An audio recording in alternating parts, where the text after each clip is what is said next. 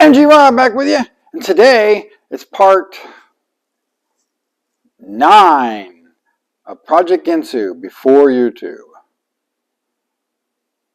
I'm about out of fingers. Well, let's get going.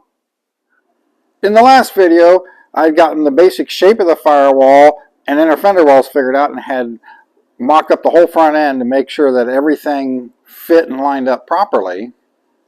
But one thing I didn't say when I was going is during that process, I'd also went and done the left side rocker because I'd already had that cut out, and so I wanted to put that in. So I was working the lower firewall into the rocker, making sure the shape was right.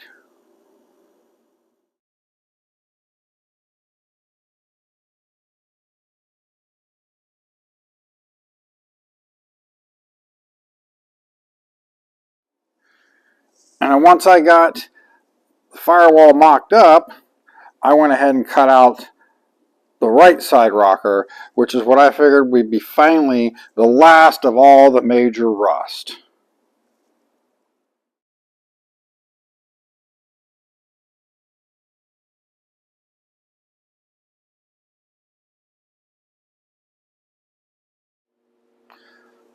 Of course, I still got stuff like this to take care of, which we'll take care of later because I got whole new posts that came from that parts car to section in. But then I went ahead and mocked up this whole side here while I was at it.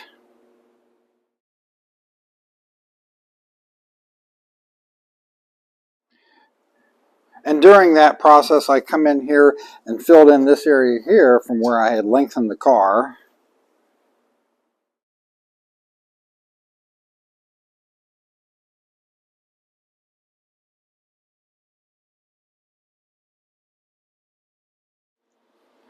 And I came back up into the firewall and started trying to sort out some of the little details, finishing these areas like this here up, getting that sorted out.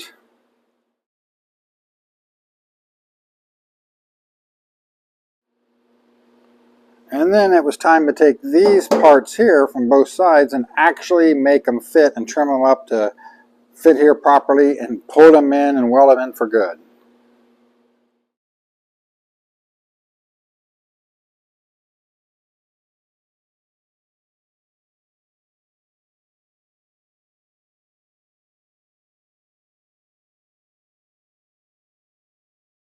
So at this point, we had a mostly complete firewall. So I put the inner fender wells in, and then we could see what the whole engine compartment looked like together.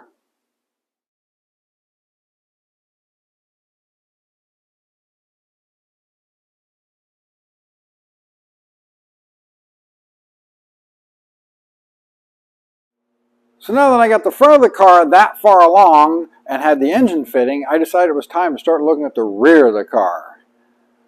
See if I could make this rear suspension fit. Now for a suspension, I had bought myself a 95 BMW 325i convertible.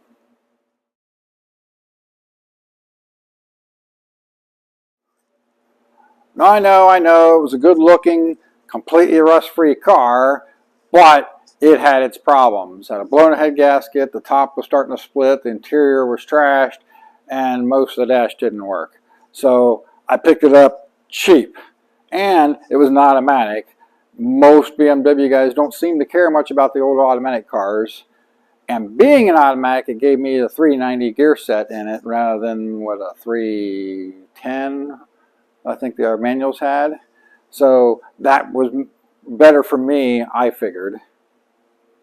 So I brought that into the shop and started tearing it apart.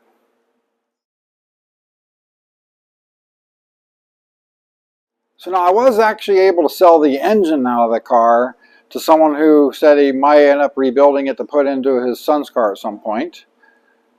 So then I dropped the suspension out of it.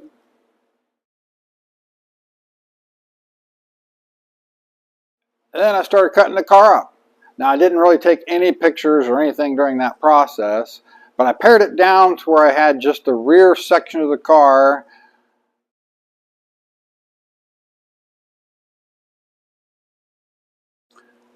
Then I finished trimming that rear section down to just the part that I thought I would actually use.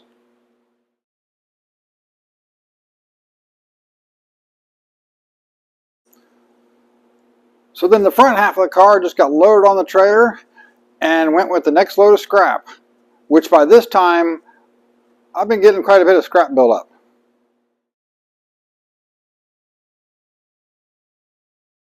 Now I did save the airbags out of that thing for future shenanigans. Now being first generation airbags, they do pop pretty hard. Now I have to come up with some good idea of something to do with them at a later date.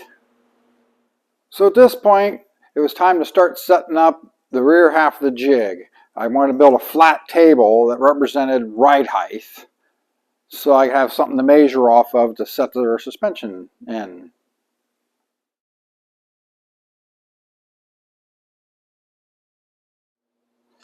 And at this point, I started thinking about how am I going to know where to cut? And how am I going to make everything fit in here? And I didn't, now that I had as much work in the front half of the car as I did, I didn't want to go cutting extra stuff in the rear if I didn't have to.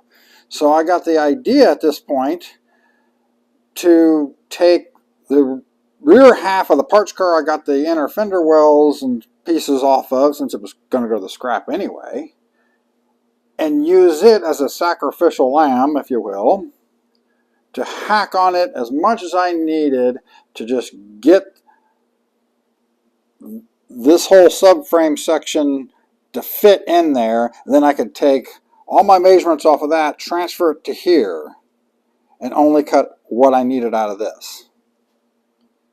So I threw the rear suspension of the BMW back into the rear clip, got it setting at ride height and fairly level, hacked away a little bit off of the rear clip of the other MG parts car, widened it to the same width as Project Ginsu here, set it on top, and started looking to see what I needed to cut.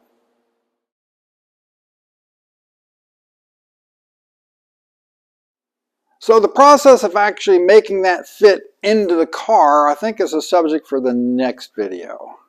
So we're going to end off right here for the day. And as always, if you like what I'm doing, like, share, subscribe, comment below. Let me know your thoughts. If you got something you would like to see me do, something you don't like about what I'm doing, well, let me know. It's MG Rob. Later.